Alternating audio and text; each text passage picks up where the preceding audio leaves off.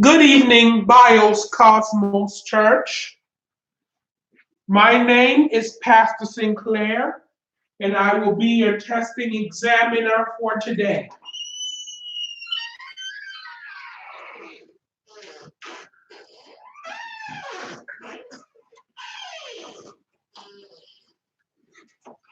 So today we are exercising the pre-youth midterm exams. This exam will assure to you that you have been taught to the best of your ability the content that has been reviewed here at Kósmos Church. We will review over everything. This is not exactly a test, so please do not panic. We ask that you move to a quiet area of your homes. And if you are here, please keep the environment as quiet by turning off your cell phones.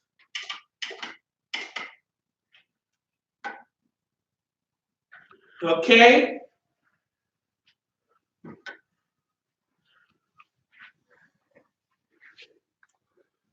Please do that now.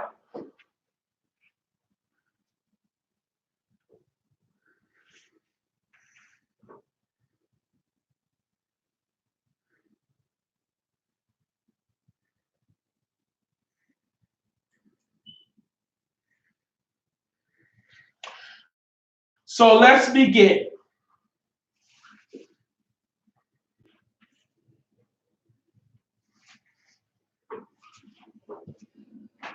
We're going to start with a few basic exams. The exam is done in chronological order.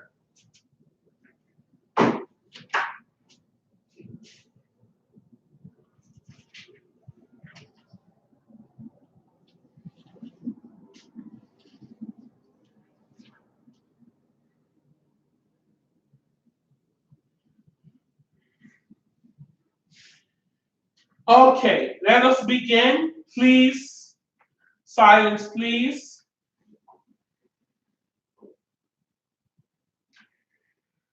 Approximately how many talents, how many minus is equivalent to a talent? 60 minus is equivalent to a talent. How many talents is in pounds? There are 75 pounds in a talent. How long is a cubit? There are 18 inches in a cubit. How long is a span? There are 9 inches in a span. How long is a handbreadth? There are 3 inches in a handbreadth.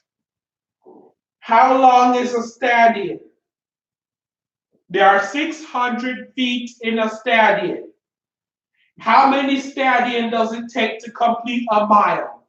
It takes 5.8 stadions to complete a mile. How many baths does it take to complete? How many gallons does it take to complete a bath?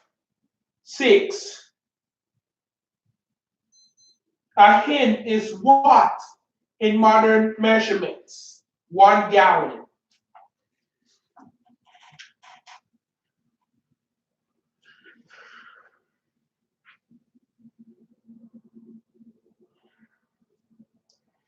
Why is having empathy important?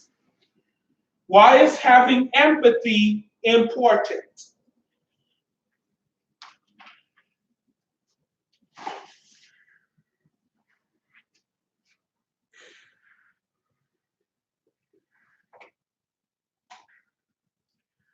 When God creates us to do things in life, what does He create us for? When God creates us to do things in life, Does he create us to hide? How do we allow our light to shine?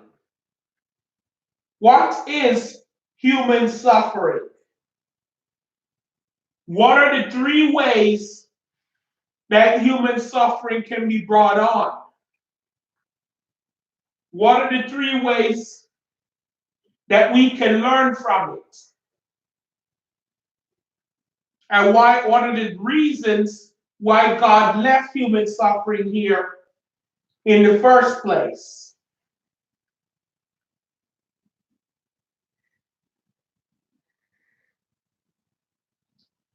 What kind of light did God create on the first day? Please elaborate in great detail.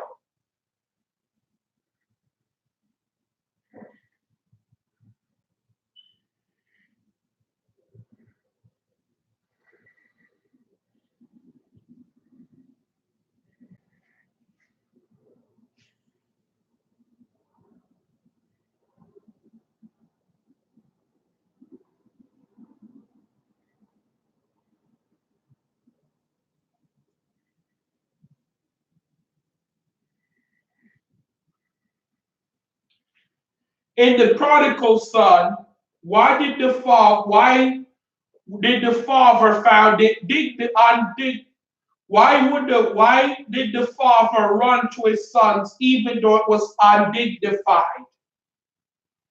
Why did the father run to his sons even though it was undignified? In the story of Job, why would God make a deal with the devil to allow Job to suffer? And do you think he would do the same for us in modern times?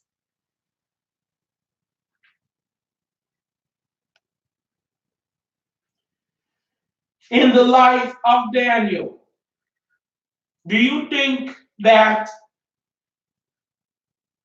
Jesus' birth had been predicted accurately? And please elaborate in great detail on your point of view.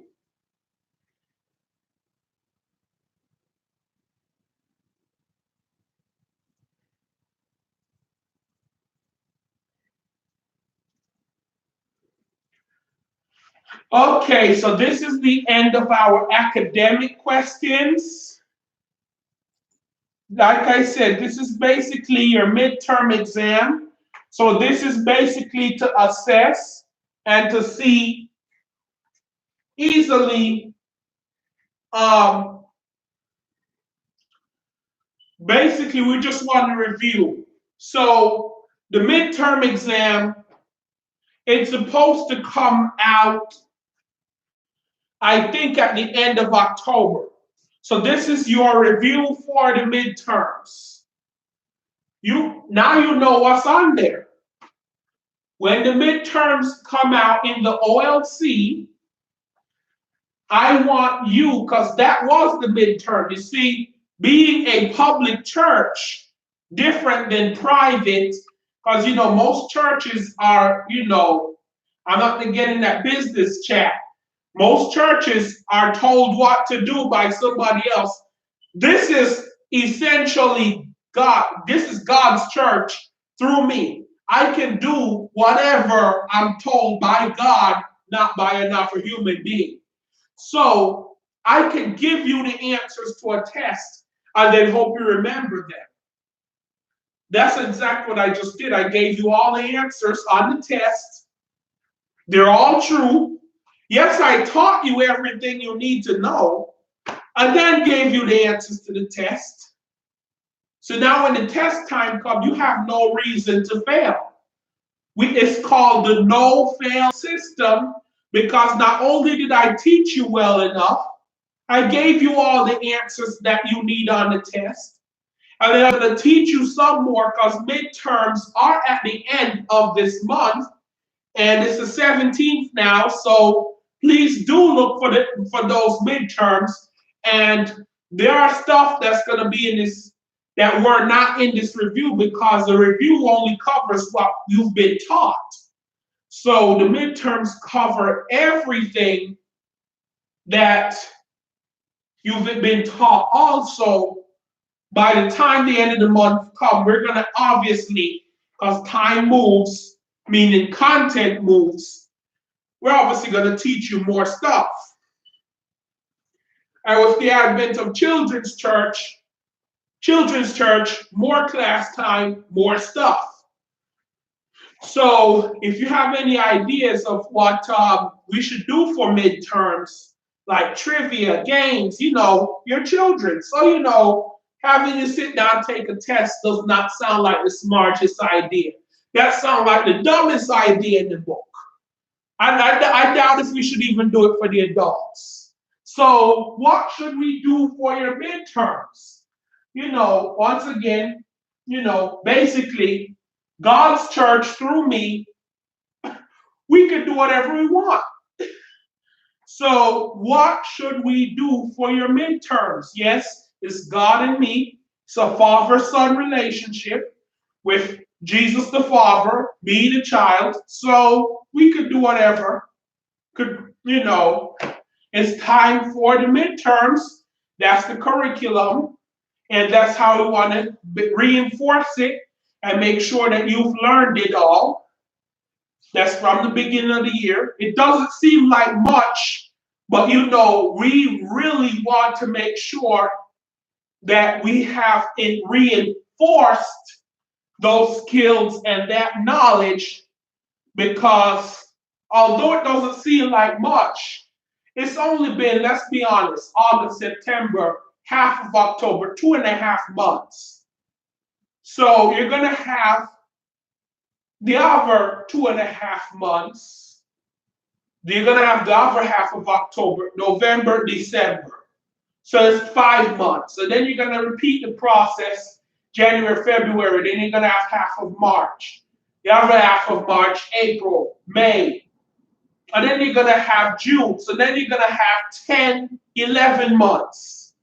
So 11 months, it's going to become a lot that you've learned, plus God's book of life. Eventually, even though you're in core classes now, everybody would have taken God's book of life at some point, because it's just a wonderful course for you to take. Everybody takes God's book of life in the month of June, because by then it's refined and condensed to now where everybody's taking it. So from a pastor to you, that's the best place for you at your age to be. So what I want to say, my parting words to you is, good job. You're doing wonderful.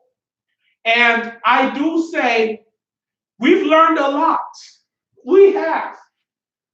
When I came in, I didn't know anything about Daniel much. I didn't know much about Daniel, and I did not know anything about Jeremiah. And I can honestly look at the pre-youth curriculum and say what I didn't know. Jeremiah lamenting fall in Jerusalem. I did not know what that means. And I could probably almost write an essay on how Jeremiah felt bad for the sufferings of Jerusalem, because you see, once God's grace runs out on you, it's out, it's done. You're going to try to call for help. You're going to be desperate. You're going to plead with God for mercy. You're going to plead with God's people for mercy. Eventually, you're going to get desperate, plead with anybody for mercy, until you just accept where you are and just say, you know what, I just have to deal with this for however many times, and God's going to leave you in that spot. And when God punishes you, it's a big punishment. Because let me tell you something. At a young age that you are, nowadays in this day and generation, God is calling a few people.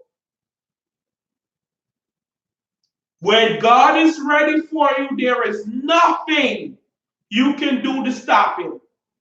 And I do mean there is nothing. So when you're out there acting a fool, flying the rope, and snaking property that isn't yours. There is nothing you can do when God is ready to stop you.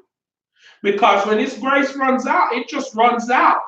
And somebody's going to have to lament you now, probably your mother, because lament means to really feel bad for, because they're going to say, well, how did this happen? How did this get this bad?